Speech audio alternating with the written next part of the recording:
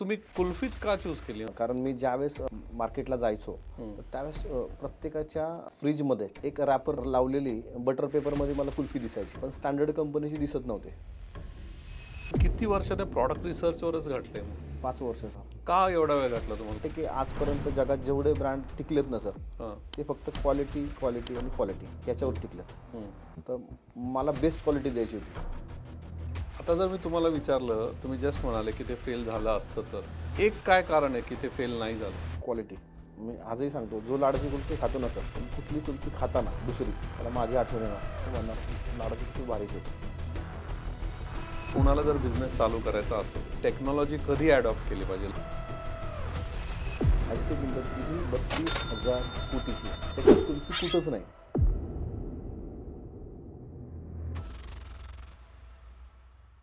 नमस्कार.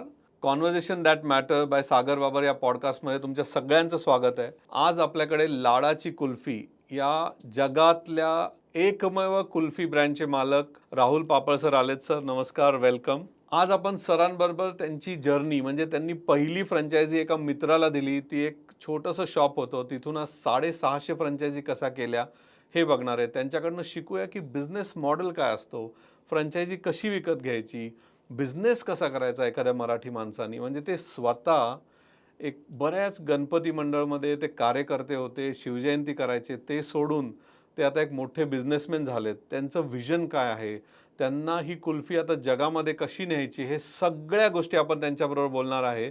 तर पॉडकास्ट चालू करूया. तर लाडाची कुल्फी ही आयडिया कशी आली? कुल्फीच का, आईस्क्रीममध्येच काय आले तुम्ही? काय म्हणजे काय, कधी ठरलं हे, कसं ठरलं? तुम्ही जॉब करायचे आणि मग हे कसं? याच्या मागं एक स्टोरी अशी आहे की मी ऑलरेडी आईस्क्रीम इंडस्ट्रीमध्येच मी ॲज अ सेल्समन म्हणून कामाला ज्या कंपनीत लागलो होतो. बर. आणि लागल्यानंतर त्या कंपनीत बाय डिफॉल्ट एक सेल्स हेड असतो. हो. तो हेड आम्हाला प्रत्येक आठवड्याला जास्त सेल आणून त्याला काहीतरी बक्षीस असायचं. बरोबर. कॅप, ते काही असायचं, हो. शूजपासून सगळं द्यायचा तो. हो. प्रत्येक आठवड्याचं ज्याला जास्त Target. सेल असतं, टार्गेट हो. असेल. मी 42 आठवडे टॉपर होतो. बर.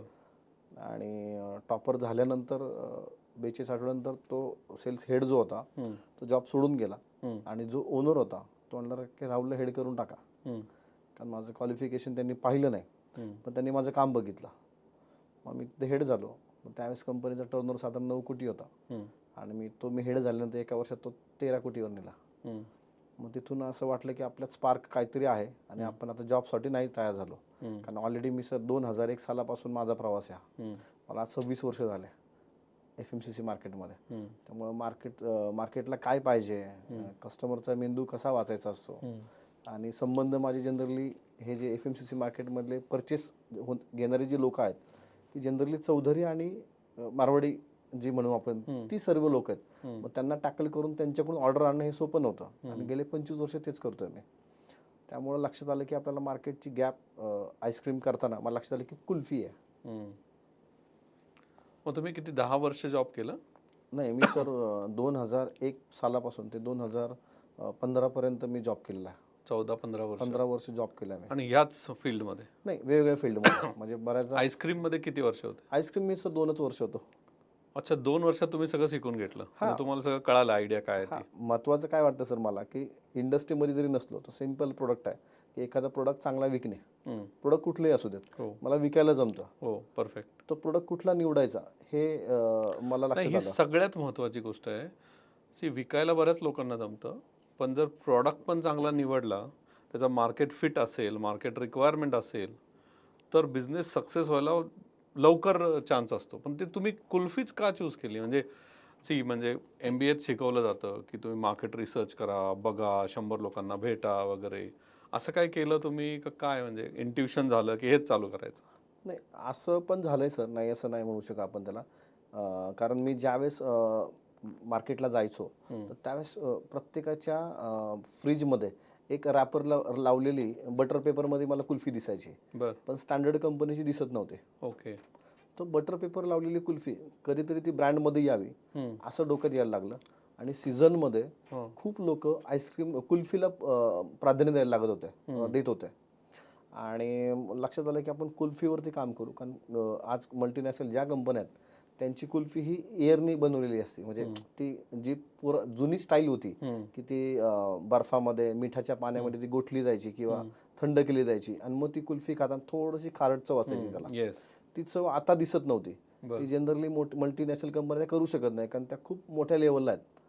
मग ती चव आपण कशी आणता येईल हेवी प्रोडक्शनवरती, ह्याच्यावर मग एक कल्पना आली. म्हणजे माझं म्हणणं आहे की पहिलं स्वप्न पडलं पाहिजे. ते स्वप्न पडायला लागली होती मला 2013 सालापासूनच. म्हणजे तुम्ही चालू करायच्या 2 वर्ष आधीपासून? नाही, 5 वर्ष. 2018ला ब्रँड चालू झाला सर. बरं. अच्छा, 5 वर्ष आधीपासून. 5 वर्ष आधीपासून 5 वर्ष खूप काम केलं मी. अच्छा. एकच प्रोडक्ट घेऊन काम केलं, पण कुल्फी कुल्फी कुल्फी. दुसरा प्रोडक्ट डोक्यात घेतलंच नाही मी. पण म्हणजे तुम्ही जॉब करायचे तेव्हापासूनच तुमच्या डोक्यात हे चालू झालं हो, की आपल्याला कुल्फीवर करायचं, कारण ब्रँडेड तुम्हाला तो मार्केट गॅप दिसला तिथे दिसला. आणि तुम्ही ते लगेच चूज केलं. हो, नक्कीच. कारण आईस्क्रीममध्ये खूप कॉम्पिटिशन तिथे, अमूल आहे, बरेचसे डिनशॉ वगैरे बरेचसे होते आधी. बरोबर आहे. मग तुम्ही कुल्फी हे पकडून चालू केलं. पण तुम्हाला काहीच बिझनेसचा बॅकग्राऊंड नाही, बरोबर? आय एम शुअर जॉब केल्यामुळे एवढे पैसे पण बॅलन्स नसतील. मग बिझनेसमध्ये उतरायचं कसं? मग त्याचं भांडवल काय, बिझनेस असतो कसा, हे कसं? हां, सेल्स माहिती आहे, पण बिझनेस फंड्स?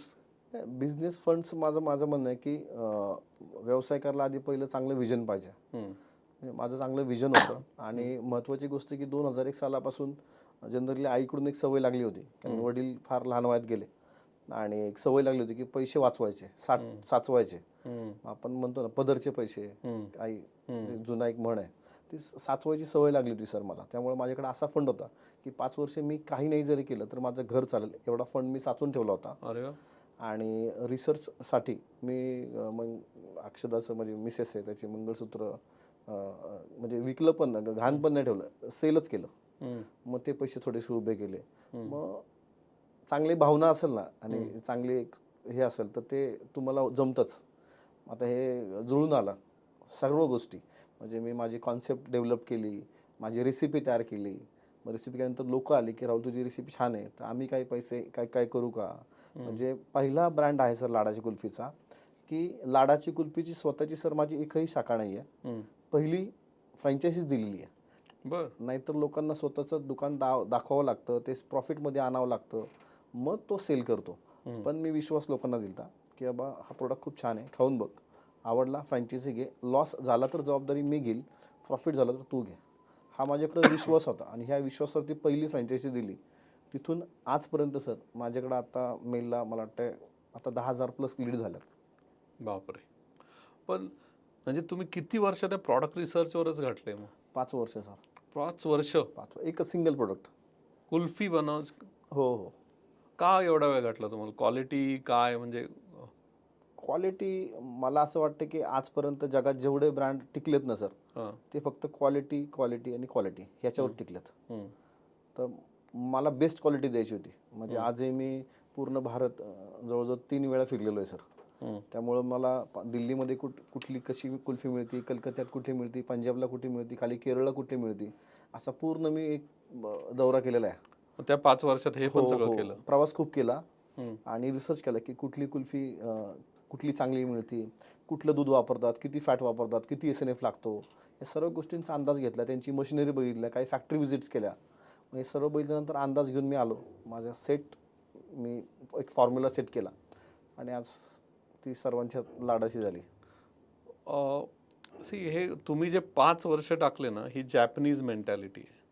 म्हणजे जॅपनीज लोक काय करतात, प्लॅनिंग आणि रिसर्चमध्ये 80% वेळ घालवतात आणि तो त्याला इतका परफेक्ट करतात की तो प्लॅन 20% एक्झिक्यूट होऊन जातो. म्हणजे आपल्या मराठी माणसाला 5 वर्ष याच्यात टाकणं हे एवढी सोपी गोष्ट नाही आहे. या 5 वर्षात जाऊ आपण, तुम्हाला असं कधी वाटलं नाही माझा प्रॉडक्ट फेल झाला तर काय? नाही, मी काय म्हणतो की आपण जेव्हा 10वीची परीक्षा असते, 12वीची परीक्षा असते, त्यावेळेस अभ्यास कमी केला की बाय डिफॉल्ट वाटतं आपलं नापासच होणार आहे. आणि जो हुशार विद्यार्थी असतो त्याला कॉन्फिडन्स असतो की 90%च्या पुढे मला 100% मार्क मिळणार आहे, काही जरी झालं कसाही पेपर येऊ देत. अभ्यास कमी असेल की ती भीती वाटते. त्यामुळे माझा अभ्यास पक्का होता, त्यामुळे मला भीतीच वाटत नाही. म्हणजे आजही कुठल्या मल्टीनॅशनल कंपनी जरी कुल्फीचा जरी ब्रँड आणला तरी मला भीती वाटत नाही. आता ही भीती गेलेली आहे माझी. पण त्यावेळेस जेव्हा तुम्ही पूर्ण पैसे ऑल इन आले, पैसे लावले, सगळे लावले, त्यावेळेस कसं? म्हणजे आता आजूबाजूला मित्र असतील, है ना फॅमिली असेल ते तुम्हाला म्हणत असेल ना की काय चाललंय वेड्यासारखं, चांगला जॉब सोडला आणि म्हटले ना सर, हां म्हटले सर. बायकोचं दागिने विकले. एकतर आपला हा व्यवसायच नाही. हो एक्झॅक्टली आणि पहिल्यांदा करतोय. हा व्यवसाय जनरली मारवाडी हो. राजस्थानहून लोक येतात, ते गाड्या लावतात, हो. त्यांचा व्यवसाय आहे. UP मधून कुल्फीवाले खूप येतात, त्यांचा व्यवसाय आहे. आपला व्यवसाय नाही असं सांगितलं गेलं आणि खूप निगेटिव्ह बोलले, तू काय होणार काय नाही. पण माझ्यावर स्वतःचा विश्वास होता आणि मी इतिहासातून प्रेरणा घेत असतो. हम्म. त्यामुळं शिवाजी महाराजांचा मला पुरंदरचा तहही आठवला हम्म. की महाराजांनी 23 किल्ले दिले, एकच किल्ला राहिला, आता माझं काय होईल. हम्म. पण ते पॉझिटिव्ह असायचे कायम महाराज कुठल्याही सिच्युएशनमध्ये. हम्म.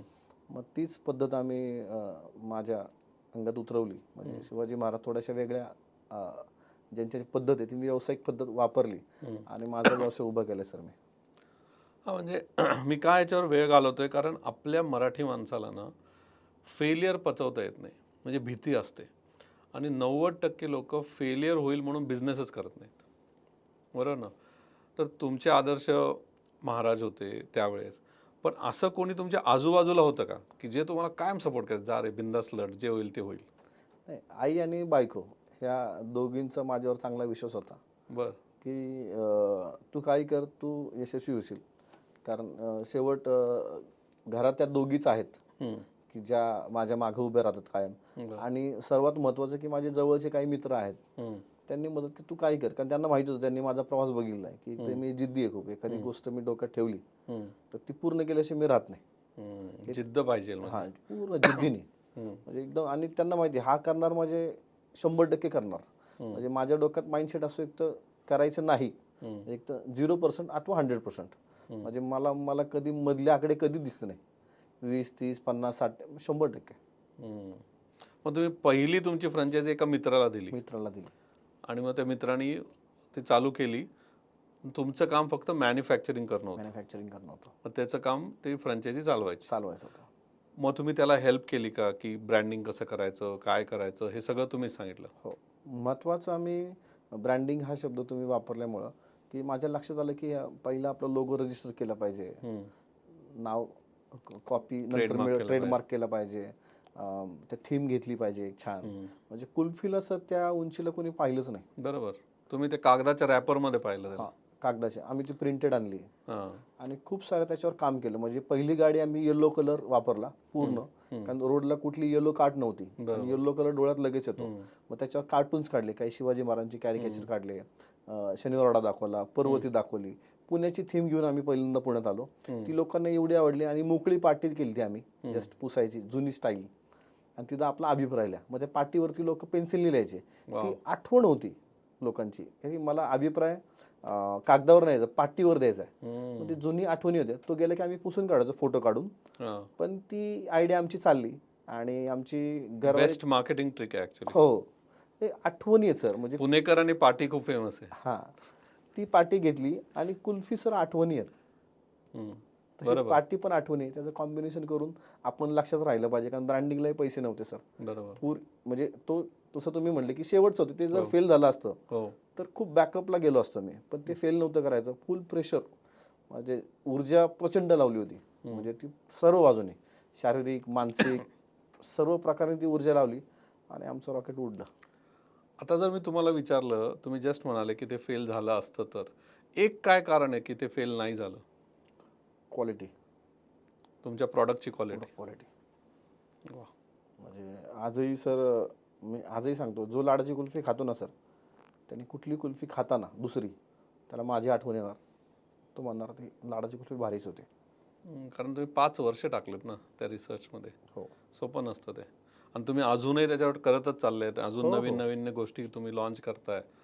आता तुम्ही ती फ्रँचायझी पहिली दिली है ना, मॅन्युफॅक्चरिंग तुम्हीच करायचे का त्यावेळेस? हो, मॅन्युफॅक्चरिंग आम्हीच करायचो. तुम्हीच करायचे? हो. का मग एक फॅक्टरी टाकली होती का छोटंसं एक बुटीक घरातच चालू केलं, कसं होतं ते? 1000 स्क्वेअर फीटची फॅक्टरी होती. बरं. आणि हे करत असताना आमच्या लक्षात आलं 2000 नंतर, म्हणजे लक्षात आलं की आपण हे फॅक्टरी आणि सेल्स हे दोन्ही एकत्र करू शकत नाही. मग आम्ही एक सेपरेट कंपनी आयडेंटिफाय केली. सर्व प्रोडक्शन त्या कंपनीत आम्ही करतो. किती वर्षानंतर? 3 वर्षानंतर? हां, लगेच इमिजिएट. म्हणजे तुम्हाला 3 वर्षानंतर लक्षात आलं की 2च वर्षात नंतर 18 आणि 19ला तर आम्ही सुरुवात केली. हम्म, लॉकडाऊन पडलं, मोकळा काळ होता. हां, त्यामुळे लक्षात आलं की आपण एक मॅन्युफॅक्चरिंग करणं प्लस सेल करणं ह्या व्यवसायाच्या 2 बाजू आहेत. हो तर एक कुठली तरी बाजू आपण सोडली पाहिजे. हो म्हणजे जनरली मल्टीनॅशनल ज्या कंपन्या आहेत, मला वाटतं भारतात येतात त्या आणि स्वतःची कंपनी टाकत नाही. ते दुसऱ्याकडून करून घेतात. हां, ते प्रोडक्ट घेऊन येतात. R&D जे हो. काही Yes. त्यांचं हे असेल ते घेऊन येतात. एका कंपनीला देतात. त्याच्याकडून प्रोडक्शन करून घेतात. हम्म, मॅन्युफॅक्चरिंग बाईक कंपनी असते, मार्केटेड बाईक कंपनी असते. हम्म. तशी लाडाची कुल्फी आहे. वा, हे परफेक्ट आहे. म्हणजे तुम्ही जरी MBA केलं नसेल है ना, पण ज्या स्ट्रॅटेजीज तुम्ही वापरताय ना, म्हणजे रिसर्चला तुम्ही 5 वर्ष लावले, त्यानंतर तुम्हाला कळालं की मॅन्युफॅक्चरिंगमध्ये माझा बॉल गेम नाही आहे, मला सेल्स कळतं आणि सेल्सवर फोकस करायचा आहे. मॅन्युफॅक्चर मी कुणाकडेही करून घेऊ शकतो. हे आपल्या सगळ्या मराठी माणसांनी शिकलं पाहिजे. म्हणजे कारण काय होतं, मॅन्युफॅक्चरिंगमध्ये 2 गोष्टी होतात. एक तर एनर्जी जातेच, पैसे पण खूप जातात, भांडवल खूप जातं. खूप हेवी प्रोडक्शनला काम. तेवढेच पैसे सेल्समध्ये लावा ना. आणि हे परफेक्ट तुम्ही साधलं. म्हणजे आज आता तुमच्या 650 फ्रँचायझी आहेत. सगळ्या तुम्ही मॅन्युफॅक्चररकडनं मॅन्युफॅक्चर करून तुमचा फॉर्म्युला त्यांना देऊन मॅन्युफॅक्चर करता. स्वतःची फॅक्टरीच नाही. नाही आहे. 0. आत्ता आम्हाला सर खर्चच नाही आहे कुठला. वाव. आणि सर्वात महत्त्वाचं की खर्च नसल्यामुळं 0 लोन हो आणि फक्त ऑफिस आणि स्टाफचा जो काय ऑफिसला आमच्या, हो. ही सर्व कंपनी सर आमची फक्त 8 लोकं चालवतात वाव. पूर्ण. कारण सप्लाय चेन आम्ही खूप सुंदर ठेवलेली आहे. हम्म, कारण आमच्या महाराष्ट्राला एक सुपर स्टॉकिस्ट आहे. हम्म. सिंगल फक्त बिल होतं सर. आमच्या अकाउंटला बिलच होत नाही जास्त. कारण बरं, मॅन्युफॅक्चरिंग सगळं टेक्नॉलॉजी वापरली. हो, मॅन्युफॅक्चर बिलिंग करतो एकच सिंगल पापड ग्रुपला. हम्म, पापड ग्रुप सिंगल बिल करतं ग्रोमोर नावाची कंपनी. ग्रोमोरला सिंगल बिल करतो. ग्रोमोर मल्टिपल जे जिल्ह्यावाईज डिस्ट्रीब्युटर त्यांना बिल करतं. हां. आणि जिल्ह्यावाईज जे काय डिस्ट्रीब्युटर आहेत ते जिल्ह्यावाईज ज्या फ्रँचायझी आहेत त्यांना सप्लाय करतो. त्यामुळं सगळ्यांचं सॉफ्टवेअर हम्म. हे सगळं कनेक्ट असल्यामुळं कुठल्या फ्रँचायझीने रोज किती स्टॉक घेतला हा माझ्या डॅशबोर्डवरती लक्षात येतं माझ्या की किती सेल झाला आहे. तुम्हाला हे कसं कळालं की आपण टेक्नॉलॉजी वापरली पाहिजे, हे सॉफ्टवेअर वापरलं पाहिजे? याचे आदर्श शिवाजी महाराज हो सर. ना? अपडेट तुम्ही इतिहासात जर बघितलं महाराज खूप अपडेट राहिलेत. हो. म्हणजे महाराजांचा राज्याभिषेक झाल्यानंतर एक पत्र मला आठवतं महाराजांचं की महाराजांनी भीमजी पारेख नावाच्या एका माणसाला पत्र दिलं हम्म, की प्रिंटिंग मशीन मला पाहिजे माझ्या राज्यात. हम्म. मला प्रिंटिंग पाहिजे, प्रिंट झालेलं कागद पाहिजे. पत्र भीमजी पारेखला राज्याभिषेक झाल्यानंतर केले आणि महाराजांचं निधन झालं. तर महाराजांचं निधन नसतं झालं तर पहिला न्यूजपेपर हा छत्रपती शिवाजी महाराजांनी काढला असता. हो. कारण शिवाजी महाराज हयातीत असताना महाराजांचं पत्र किंवा महाराजांचं नाव हे पेपरमध्ये लंडनमध्ये आलतं. लंडन गॅझेट त्या समाचाराचं त्यांना नाव त्या मिळालं असेल. हां, तर ते सोपं नाही ना की महाराज हयातीत असताना एका न्यूजपेपरमध्ये म्हणजे लंडन जे आहे ते किती प्रगत असेल तर हे महाराजांना लक्षात आलं. त्याच्यामुळं महाराजांनी सांगितलं की ही जी टेक्नॉलॉजी आहे ही माझ्या राज्यात सुद्धा हवी. अपडेट असणं किती गरजेचं आहे. त्यामुळे तुम्ही सुरुवातीपासूनच टेक्नॉलॉजीचा वापर. टेक्नॉलॉजी पण आहे आणि मी काय म्हणतो की शिवाजी महाराज जे आहेत ते नाचूनपेक्षा वाचून साजरे करा. ॲक्च्युली वाचून आणि इम्प्लिमेंट करा. ॲक्च्युली इम्प्लिमेंट केलं पाहिजे. नाचलं पाहिजेच हो. पण जास्त वाचलं पाहिजे. हो. आणि तुम्ही दोन्ही केलं राईट. तुम्ही नाचलेत पण. आधी मी तुमचे पॉडकास्ट ऐकले. शिवजयंती वगैरे जोरात करायचे. शिवजयंती, गणपती. मी गणपती मंडळाच्या ट्रॅक्टरवरती नाचलेलो माणूस आहे. हो ना? हां, अध्यक्ष होतो. सगळं केलं म्हणजे जे मला जे जगायचं होतं सर हां. ते सर्व जगले. मग माझा पूर्व काळ आणि आत्ताचा काळ बघितला तर माझे मित्र म्हणतात तू एवढा बदल खूप झालाय तुझ्यात. म्हणजे एक वेळ ट्रॅक्टरवर म्हणजे वर्गणी कोणी समोरच्याने नाही दिली त्याला दमदाटी करून वर्गणी मागणारा मी होतो. आणि आता मीच सांगतो की बाबा आता वर्गणी मुक्त या जयंत्या झाल्या पाहिजेत. वर्गणी मुक्त महाराष्ट्र झाला पाहिजे. कारण प्रत्येक उद्योजकाला खूप मोठा त्रास आहे सर वर्गणीचा. हो. प्रत्येक रोडवरच्या एका दुकानदाराला 1 लाख 2 लाख रुपये साडे ठेवावे लागतात वर्षाचे. म्हणजे सगळ्या जयंत्या गणपती टोटल गेली तर लाख रुपये होते. हो ना? आता याच्या विरोधात मी बोलतोय की एक काळ मी वर्गणी मागत होतो. नाही, व्हेरी गुड. पण तुम्ही आत्ता लेट्स से कोणाला जर बिझनेस चालू करायचा असेल, तुम्ही काय सांगाल की टेक्नॉलॉजी कधी अडॉप्ट केली पाहिजे? लगेच केली पाहिजे का 1-2 वर्षांनी? आणि टेक्नॉलॉजीमध्ये पण कुठले सॉफ्टवेअर घेतलेच पाहिजे असं वाटतं तुम्हाला? नाही, आता AI वापरलंच पाहिजे. AIचा जमाना आहे. ओके. त्यामुळं आमचं सर फ्रँचायझी मॉडेलसुद्धा थोडंसं बदललं. बर. कारण माझं म्हणणं आहे काळाच्या आधीसुद्धा तुम्ही येऊ शकत नाही मार्केटला आणि काळाच्या नंतरसुद्धा येऊ शकत नाही. बरोबर. परफेक्ट तुम्हाला टायमिंग कळायला पाहिजे. म्हणून लाडाची कुल्फी सर ई-कॉमर्सवरती आली आत्ता. लोकांना सवय झाली सर आत्ता. ऑलरेडी मला बेस जो तयार करून दिलाय, लोकांनी घरी प्रोडक्ट मागवले पाहिजे ह्या म्हणजे multinational ब्रँडिंग company आहेत. झालंय. हां. लोकांना सवय झाली ना ऑर्डर मागवायची. हो. आता ती सवय झालेली आहे. मला फक्त आता प्रोडक्ट प्लेस करायचा आहे. नाही, खूप मस्त तुम्ही बोलले की काळाच्या आधी आणि काळाच्या नंतर येऊन उपयोग नाही, तुम्हाला तो टायमिंग साधायला मध्ये साजला आला पाहिजे. पण तो कळतो कसा? नाही, याला कळतो कसा, याचा अर्थ जो ओनर आहे, जो CEO MD जो काय प्रकार म्हणता, त्याचे डोळे कायम उघडे पाहिजे आणि त्याच्यानंतर कान सुद्धा उघडे पाहिजे. ह्या दोन्ही गोष्टी जर तुमचं लक्ष मार्केटकडे असतं, तुम्हाला मार्केटची गॅप कळती, वारं कळतं, कुठल्या दिशेला आपण गेलो पाहिजे तर तो कळतो. आणि स्वतःचा अभ्यास पाहिजे, दुसऱ्याचा अभ्यास नाही पाहिजे, स्वतःचा अभ्यास पाहिजे. परफेक्ट. आणि त्यामुळे तुम्ही आता लाडाची कुल्फी ई-कॉमर्सवर घेऊन येत आहे. ई-कॉमर्सवर घेऊन 19 तारखेला लाईव्ह होणार आहे तुमचं. अक्षय तृतीयेला आमची पहिली ई-कॉमर्स आणि स्वतःची बरं का सर महत्वाचं. हां. स्वतःची ई-कॉमर्स तुम्ही लॉन्च करताय. Amazon, फ्लिपकार्ट म्हणजे कुठे असं त्या बिग बास्केट वगैरेवर नाही? कुठल्याही कंपनी बरोबर सर गेलो नाही आम्ही. त्याचं कारण पण आमचं त्याच्या मागे एक थॉट्स वेगळा होता की स्वतःचं स्वराज्य असावं. कारण ह्या ज्या सर्व कंपन्या आल्यात ना सर, त्या बाहेरून आल्यात. म्हणजे उदाहरण की कुल्फी बनवणार मी, खाणार तुम्ही, मधलं जे सर्वात मोठं मार्जिन आहे ह्या कंपन्या घेतात. बरोबर. म्हणजे खरंच ह्या प्लॅटफॉर्मवर सगळ्याच ब्लिंकिट कॉमर्स कुठल्याही कंपनीचं नाव घ्या, ह्या अक्षरशः पिळवून करतात. त्यांच्या साईडवर आपला प्रोडक्ट दिसतो, तो वावा होता तुझा प्रोडक्ट ब्लिंकिटला आहे, पण ऍक्च्युली त्याला फार कमी मार्जिनवरती काम मिळतं. ठीक आहे, ती कंपनीची त्या पद्धत असेल ती बरोबर सुद्धा. बरोबर. पण मी विचार केला की आपण स्वतःचं स्वराज्य उभं करू आणि प्रत्येक पिनकोडला एक शिलेदार उभा करू. प्रत्येक पिनकोड एक माझा किल्ला आहे. बर. आणि त्या पिनकोडला एक सरदार उभा करू आणि त्याच्याकडे जबाबदारी आपण एका पिनकोडची देऊ. हे भारतातील सर पहिलं e-commerce pincode wise franchise model आहे. वाव. कारण आत्ताचा काळ असा आहे सर की तुम्ही कुठल्याही चौकात दुकान टाकू शकत नाही. आज चौकात दुकान घ्यायचं असेल तर 1 लाख 1.5 लाख भाडं आहे, डिपॉझिट 3 लाख रुपये. आमचं पिनकोडचं फ्रँचायझी मॉडेल 2.5 लाखात तयार सुद्धा होतं. त्यात 65,000 तर रिफंडेबल डिपॉझिट हे आहे, अमाऊंट आहे. म्हणजे तुम्ही 1 लाखात व्यवसाय करू शकता अख्ख्या पिनकोडचा. बरं, त्या सरदाराला लढायचंच नाहीये. ऑर्डर कंपनी जनरेट करणार, त्याला ज्या ऑर्डर्स येतील त्या डिलिव्हर करायच्या. आणि याच्यात सर एवढा बारीक अभ्यास केला आम्ही की डिलिव्हरी करताना जी बॅग आहे त्याच्यात कुल्फी आमची 1 तास चांगली राहते. अच्छा. ती बॅगच अशी आम्ही केली. पण स्टॉक कोण मेंटेन करणार? Pincode wise. जसं तुम्ही फ्रीज हा त्याच्या घरी असेल ना, मग तुम्ही त्याला स्टॉक प्रोव्हाइड करणार? आम्ही स्टॉक त्याला प्रोव्हाइड करतो. त्यांनी विकत घ्यायचा तो का विकत घ्यायचा तुमच्याकडून? सिंपल. मग त्याच्या घरी आम्ही 1200 कुल्फीचा स्टॉक ठेवतो. ॲज अ डार्क स्टोर झालं ते त्याच्या घरी. त्याच्या घरी असल्यामुळे त्याचा रेंट नाही. लाईट बिल इलेक्ट्रिसिटी जी येते ती 1200 ते 1500 रुपये येते. महिन्याला 1200-1500 रुपये. काय प्रॉब्लेम आहे का कोणाला? रिस्क नाही. पण ज्यावेळेस आपण दुकान घेतो चौकातलं, ज्यावेळेस 1 लाख भाडं आपल्याला 1 तारखेला दिसायला लागतं, त्यावेळेस प्रेशर येतं, स्टाफचं प्रेशर येतं. पण आता 1200 कुल्फ्या जेव्हा मी ठेवतो त्याचे पैसे किती द्यायला लागतात? नाही, त्याचे पैसे त्याला जनरली जे काही मार्जिन असते त्याला, म्हणजे उदाहरण 30 रुपयाला कुल्फी आहे तर आम्ही त्याला 20 रुपयाला देतो. तर 20 गुणिले 1200 त्याचे पैसे आम्हाला येतात. पुढचा जो काय 10-20 रुपये जो गॅप असतो तो कस्टमर कोण घेतो, MRP. पण आधीच द्यायचं म्हणजे आधीच द्यायचं. 1200 इंटू तुमची प्राइस देऊन स्टॉक ठेवायचा. हो. ओके. म्हणजे फ्रँचायझी फी द्यायची. फ्रँचायझी फी 0 केली सर आम्ही. बर. मग हे 2.5 लाख रुपये कसे इन्व्हेस्ट करायचे? त्याच्यात काय आम्ही जनरली एका पिनकोडला 60,000 रुपये सोशल मीडियाचं बजेट घेतलंय त्यांच्याकडून.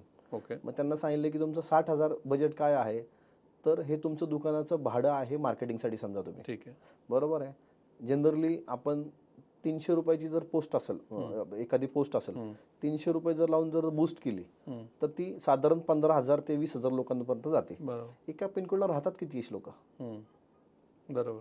मग 60,000 मल्टिपल गुणिले 365 डेज केलं तर रोज 100 रुपये तुम्ही जनरली 100 रुपये तुम्ही ऑनलाईन तुम्ही रोज टाकत असता आणि एका पिनकोडला साधारण बूस्ट करून करून ते ऑर्डर जनरेट सुद्धा होतात. बरोबर.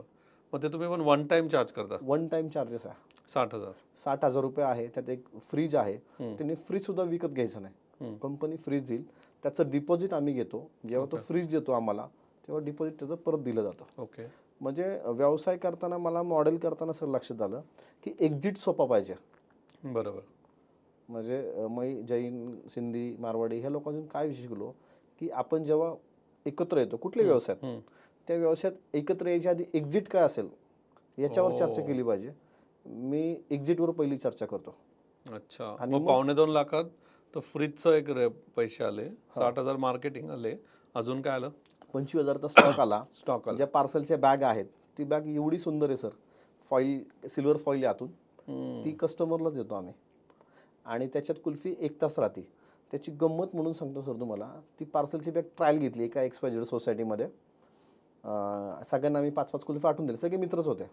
आणि त्यांच्या घरी बायकांना सांगितलं मी की ही पिशवी वहिनी बाहेर ठेवा, दुधाची पिशवी म्हणून, जेणेकरून याच्यात दूध जाईल, दूध थंड राहील, जेणेकरून सकाळी लवकर दूध येतं, लेट उठलं तर ते दूध थंडच राहील, खराब होणार नाही.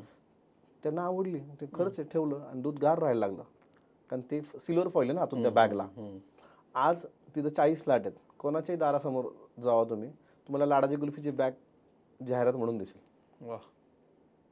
मग आता हे 2.25 लाख एखाद्याने इन्व्हेस्ट केले तुमच्या ई कॉमर्सच्या एखाद्या सरदाराने, तुमच्या भाषेत है ना, त्यांनी तो किल्ला घेतला आणि तो इन्व्हेस्ट केले त्यांनी, त्याला रिटर्न कसे मिळणार? रिटर्न कसे मिळणार? आम्ही 6 कुल्फीचा एक कॉम्बो बनवला आहे. बरं. म्हणजे मलईचा कॉम्बो, पिस्ता, आमच्या 11 फ्लेवर आहेत. हो. असं वाटलं की मला मलाई एक पाहिजे, पिस्ता एक पाहिजे, तर तो बरोबर स्वतः एक डिझाईन करू शकतो कॉम्बो. मिनिमम 6 कुल्फी त्यांनी घेतली पाहिजे. तर कमीत कमी 239 रुपीज MRP आहे कॉम्बोची.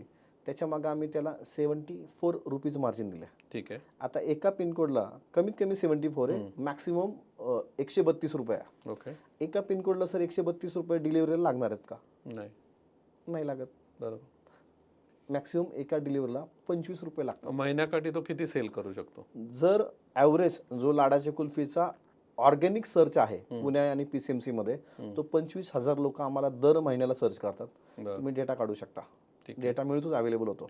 तर मल्टिपल जर आम्ही काय केलं तर आम्हाला पर डे 30 ऑर्डर आता तर कन्फर्म आहेत. जर 30 ऑर्डर जरी पर डे झाले आमच्या 8च महिने, तरी आम्हाला दर महिन्याला एका पिनकोडला 66,000 हा प्रॉफिट होऊ शकतो. पण कंपनीचं टार्गेट बिलकुल 30 नाही आहे. कंपनीचं मिनिमम टार्गेट 200 कस्टमर, 200 ऑर्डर्स प्रत्येक पिनकोडला आल्या पाहिजेत. म्हणजे मिनिमम 50,000 तर प्रॉफिट होऊच शकतं 100%. आमच्या डोक्यात 2 लाखावर गेला पाहिजे सर, तो महिन्याला प्रॉफिट गेला पाहिजे. हे आमचं स्वप्न आहे. कारण आमचं मॉडेल काय आहे की फ्रँचायझी करताना एक माझा माइंडसेट आहे की खालच्याला तुम्ही जगवलं पाहिजे, तो टिकला तर तुम्ही टिकेल, ही भावना पहिल्या दिवसापासून आहे सर आमची. त्याच्यामुळे आमच्या फ्रँचायझी कधी लिकेज होत नाही, ते कुठला दुसरा विचार करत नाही.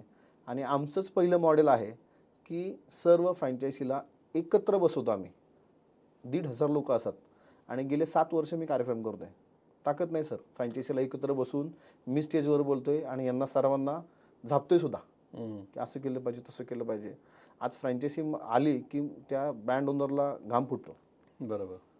आमचं उलट आहे, का आता आम्ही क्लिअरिटी ठेवलेली आहे. मग आता जे तुमचे एक्झिस्टिंग फ्रँचायझी आहेत त्यांना पण तुम्ही किल्ला देणार आहे, त्यांना सरदार बनवणार आहे का? ते वेगळे आणि हे वेगळे? नाही, ऑफलाईन ऑनलाईन सेल दोन्ही वेगळे आहेत. पण प्राधान्य आम्ही जे ऑफलाईन, ज्यांच्यामुळं ऑनलाईन किंमत आली त्यांना पहिलं प्राधान्य दिले. एखादा तो माणूस म्हणत होतो मी दिवसभर नाही होऊ शकत, तुम्ही ऑनलाईन दुसऱ्याला द्या, तरच आम्ही हे ओपन केलंय. प्राधान्य आम्ही ऑफलाईनच्या ज्या फ्रँचायझी आहेत त्यांना सांगितलं की बाबा तुम्ही तुमच्या पिनकोडला ऑनलाईन सुद्धा या.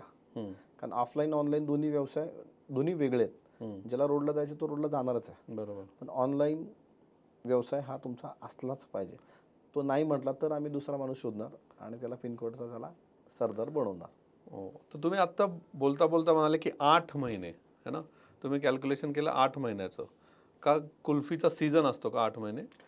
8 महिने जनरली काय सर्वसाधारण घेणारा फ्रँचायझी मालक ओनर आहे सर. त्याच्या डोक्यात काय असतं की पावसात कोण खात नाही. बरं. पण असं बिलकुल नाही. तुमचं अनालिटिक्स काय म्हणतं? वर्षभर खाणारे लोक आहेत सर. हो ना.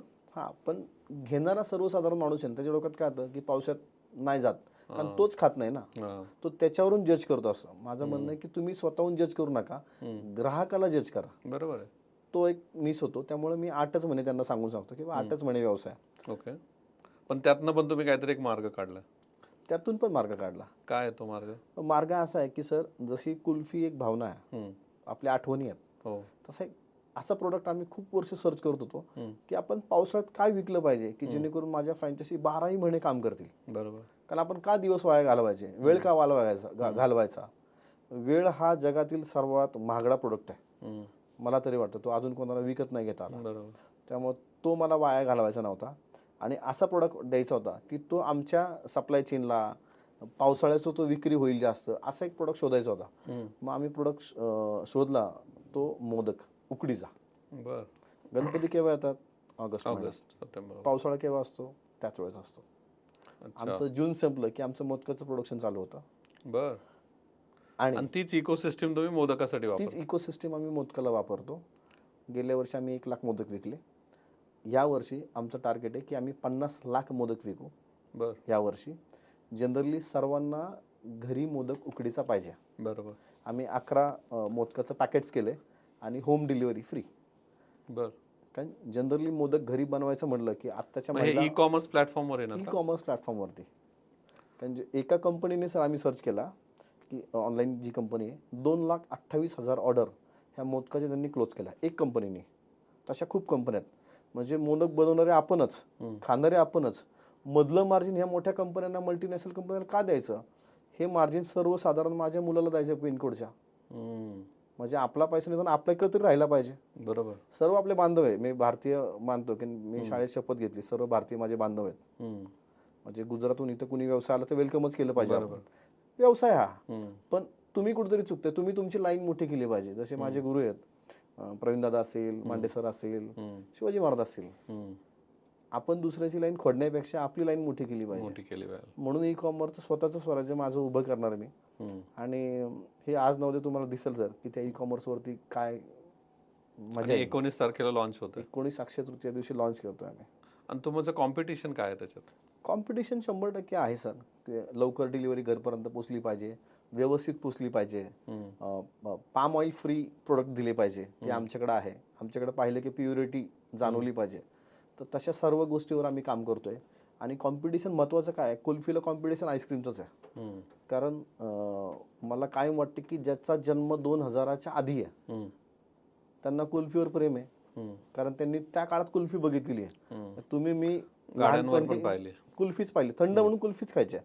पण ज्या दिवशी आंतरराष्ट्रीय दरवाजे उघडले 92 साली, तर त्यावेळेस आईस्क्रीमनी एंट्री घेतली. बरोबर. पण त्यांनी एंट्री केली नाही. जसं तुम्ही म्हणले की जपाननी 80% काम केलंय, हे ते त्यांनी पण काम केलं आपल्यावरती. त्यांनी आपला मेंदू वाचला. ते ऍडव्हर्टाईज करायला लागले. बरोबर. एवढी ऍडव्हर्टाईज केली की आपली कुल्फी कुठेतरी झाकली गेली. कुल्फीचा सेल डाऊन झाला. आणि आईस्क्रीम इंडस्ट्री ही किती हजार कोटीची आहे? तर आईस्क्रीम इंडस्ट्री ही 32,000 कोटीची आहे. त्याच्यात कुल्फी कुठंच नाही. आपण आधी आईस्क्रीम खायचो का? नाही. मग जाहिरात, डिजिटल मार्केटिंग किती महत्वाचं आहे हे लक्षात आलं. आता तुम्हाला भारतभर कुल्फीचं ब्रँडिंग दिसेल आणि ते फक्त लाडाची कुल्फी दिसेल. कारण आपण कुठेतरी मागं पडतोय ना सर. बरोबर. आपण काय म्हणतो, अरे हाय नाही विकलं, तू विक ना, तुला कोणी अडवलंय? आपण कुठेतरी कमी पडतोय. आपली लाईन मोठी केली पाहिजे. तर आपण आता काय पाहिलं की तुमची आयडिया, तुम्ही ते फ्रँचायझी, पहिली फ्रँचायझी, त्यातनं 100 झाले, त्यानंतर 500, 700, तुमचं मोठं विजन. आता हे तुमचं स्वतःचं आहेच जर्नी. पण लेट्स से आत्ता कोणाला जर बिझनेस चालू करायचा असेल, एखादी आयडिया, तुमचं फ्रँचायझी नाही पण एक लेट्स से वेगळीच फ्रँचायझी काहीतरी आहे ना, तर त्यांनी काय काळजी घेतली पाहिजे, अशा काय 2-3 गोष्टी त्यांनी केल्या पाहिजे? ते ह्याला बिफोर आफ्टर दोन्ही सुद्धा आहेत. एक तर त्याला जर व्यवसाय उद्योजकात यायचा असेल, कुठलाही व्यवसाय, उदाहरण त्याला आईस्क्रीम इंडस्ट्रीमध्ये द्यायचं असेल, तर आईस्क्रीम इंडस्ट्रीमध्ये त्यांनी 5 वर्ष निदान काम केलं पाहिजे. आणि आमच्या आईचं छान वाक्य आहे की राहुल, काम करताना मालक म्हणून काम कर, एक दिवस मालक होशील. हे खूप महत्वाचं आहे. काम करताना मालक म्हणून काम कर. मालक म्हणून त्या मुलांनी काम केलं पाहिजे. कपड्याचा व्यवसाय करायचा, 5 वर्ष कपड्या दुकानात कामाला जा. परफेक्ट. कपडा जिथं बनतो तिथं तू इंडस्ट्रियल व्हिजिट असतात किंवा एक्झिबिशन्स असतात ते फिर. लोक किती रुपयाला तो कपडा विकताय, तो कुठून येतो, त्याचं मटेरियल कुठून येतं, फार बारीक अभ्यास केला पाहिजे आणि रोज नोट्स केले पाहिजे. आणि मग ज्या दिवशी तुमच्या पेपर अभ्यास येतो त्यावेळी लक्षात येतं की हा धंदा मी करायचा की नाही करायचा. हा पहिला भाग झाला. दुसरा भाग, ज्या दिवशी तो व्यवसाय करतो, व्यवसायानंतर दुसऱ्या अडचणीत येतो तो.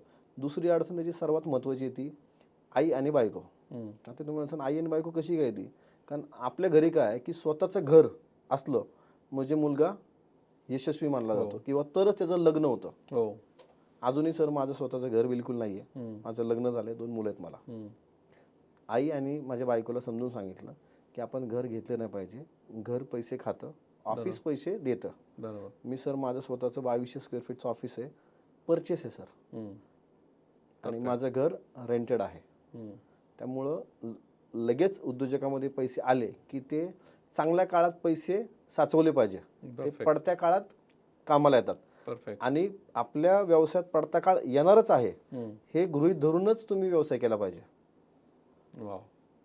तो आपण गृहीतच पकडत नाही आणि त्याला व्यवसाय असा ज्या दिवशी चालतो ना त्याला असं वाटतं साला आपणही भगवान आहे, आपण जे करतो ते होतं. असं होत नाही. पडता काळ सगळ्यांचा आलाय. बरोबर. तो बिल गेट्स असू कुणी असो, त्यांचा पडता काळ आलेला आहे. त्या पडत्या काळात जर तुम्हाला सर्वाय होता आलं तरच तुम्ही टिकू शकता. ते सर्वाय एकाच गोष्टीने येऊ शकता, म्हणजे व्यवसायातले पैसे व्यवसायातच मिळवले पाहिजे, तरच तुम्ही पुढे जाऊन भक्कमपणे उभं राहता. लॉकडाऊनमध्ये खूप सारे उद्योजक बंद झाले. एक मोठी कंपनी गुजरातची 1000 कोटीला आईस्क्रीमची विकली गेली लॉकडाऊनमध्ये, पण लाडाची कुल्फी विकली गेली नाही. त्याच्या मागे एवढंच होतं की माझं उत्तम सेविंग होतं. परफेक्ट. आणि लेट्स से म्हणजे एकदम छान सांगितलं तुम्ही की तुम्हाला तुमच्या पडत्या काळासाठी सेविंग पाहिजेच पाहिजे. आणि बोलता बोलता तुम्ही एक गोष्ट सांगितली की बिझनेसचा पैसा हा बिझनेसमध्येच राहायला पाहिजे. जर तो घर घेण्याकडे किंवा गाडी घेण्याकडे वळाला तर मग तो थोडा होऊ शकतो पुढे जाऊन. Very good. आता मला सांगा की एखाद्या मराठी माणसांनी तुमचा फॉर्म्युला वापरला, 5 वर्ष कष्ट केले, रिसर्च केला आणि बिझनेसमध्ये उतरला, पण समहाव तो फेल झाला, मग त्यांनी कसा विचार केला पाहिजे? नाही सर, फेल व्हायची कारण याचा अर्थ आहे की 5 वर्षांनी चुकीचा अभ्यास केला सर.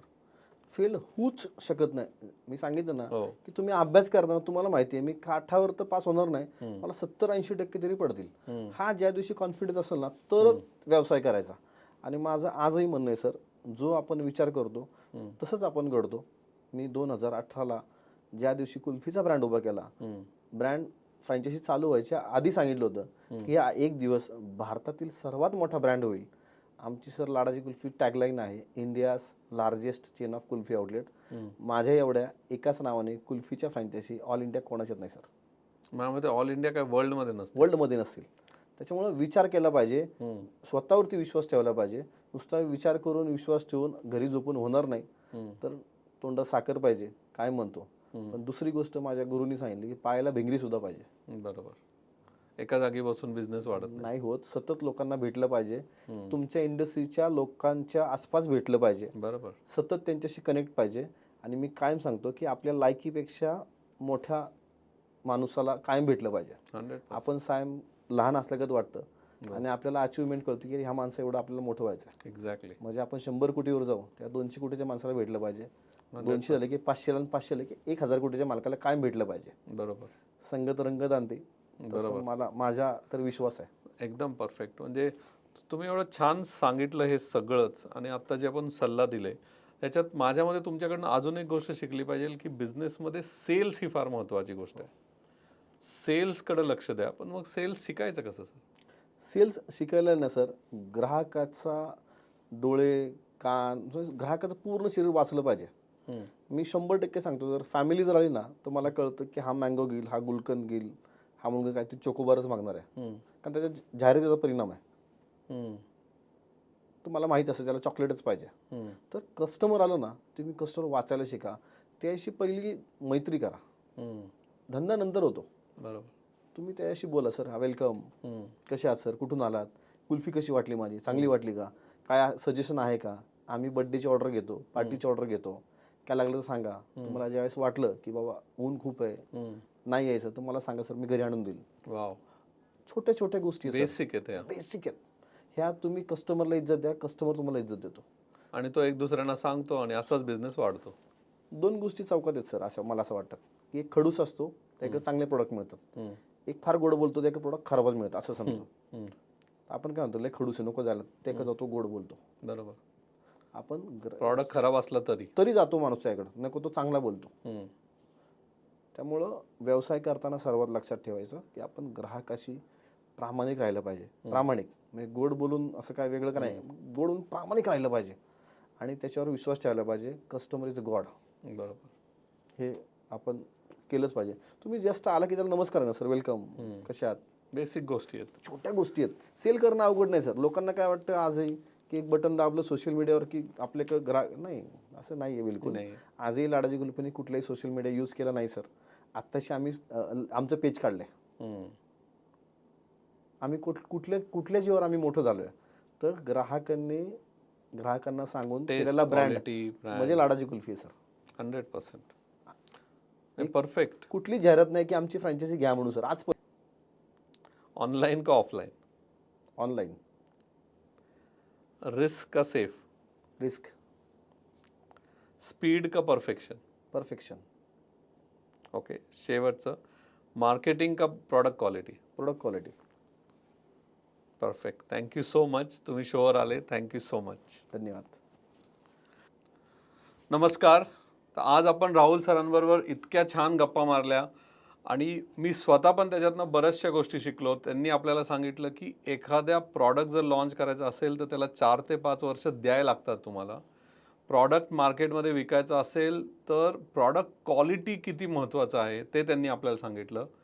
टेक्नॉलॉजी म्हणजे त्यांनी छत्रपतींबरोबर कंपेअर केलं की महाराजांनी त्यावेळेस त्यांना प्रिंटिंग प्रेस पाहिजे होती, म्हणजे त्यांना टेक्नॉलॉजी ते ॲडॉप्शन खूप फास्ट करायचे. यांच्याकडे आज 650 फ्रँचायझी असतील पण त्यांच्याकडे एका डॅशबोर्डमध्ये सगळा रिपोर्ट मिळतो. टेक्नॉलॉजीचा वापर, त्यानंतर मार्केटिंग स्ट्रॅटेजी, म्हणजे मला तर आवडली पाटीची स्ट्रॅटेजी, वजनाची स्ट्रॅटेजी, मार्केटिंग स्ट्रॅटेजी कशी वापरायची. त्याच्यानंतर त्यांनी आपल्याला सांगितलं की एखादी फ्रँचायझी जर तुम्हाला घ्यायची असेल तर काय 3 गोष्टीकडे लक्ष ठेवायचं. त्याला मार्जिन 75% पाहिजे, क्वालिटी आहे का, सर्व्हिस आहे का, आणि नंतर सगळ्यात मस्त कॉन्सेप्ट हा त्यांचा जो आवडला की ते जे आता ऑनलाईन ई-कॉमर्समध्ये लॉन्च करतायत की त्यांना प्रत्येक फ्रँचायझी एक किल्ला असणार आहे आणि त्या किल्ल्याचा तो एक किल्लेदार तो म्हणजे त्या फ्रँचायझीचा ओनर. आय थिंक ही कॉन्सेप्ट खूप जोरात चालणार आहे त्यांची. आणि नंतर शेवटी सगळ्यात महत्त्वाचं त्यांनी जे सांगितलं आपल्या मराठी माणसांसाठी की बिझनेस कसा करायचा, बिझनेसमध्ये काय नाही करायचं. आणि हा मुद्दा सगळ्यांनी आपण इन्क्लुडिंग मी सगळ्यांनी लक्षात ठेवला पाहिजे की जेव्हा आपले चांगले दिवस असतात तेव्हा आपल्याला सेविंग करायचं असतं. का? कारण पडत्या काळामध्ये तेच पैसे कामाला येतात. आणि एक महत्त्वाचा मुद्दा जो त्यांनी सांगितला की बिझनेसचे पैसे हे बिझनेसमध्ये लावायचे, बाहेर काढायचे नाही. तर या सगळ्या गोष्टी आपण सरांबरोबर बोललो. सर थँक्यू सो मच, तुम्ही आला आमच्या पॉडकास्टवर. Thank you so much. Thank you sir.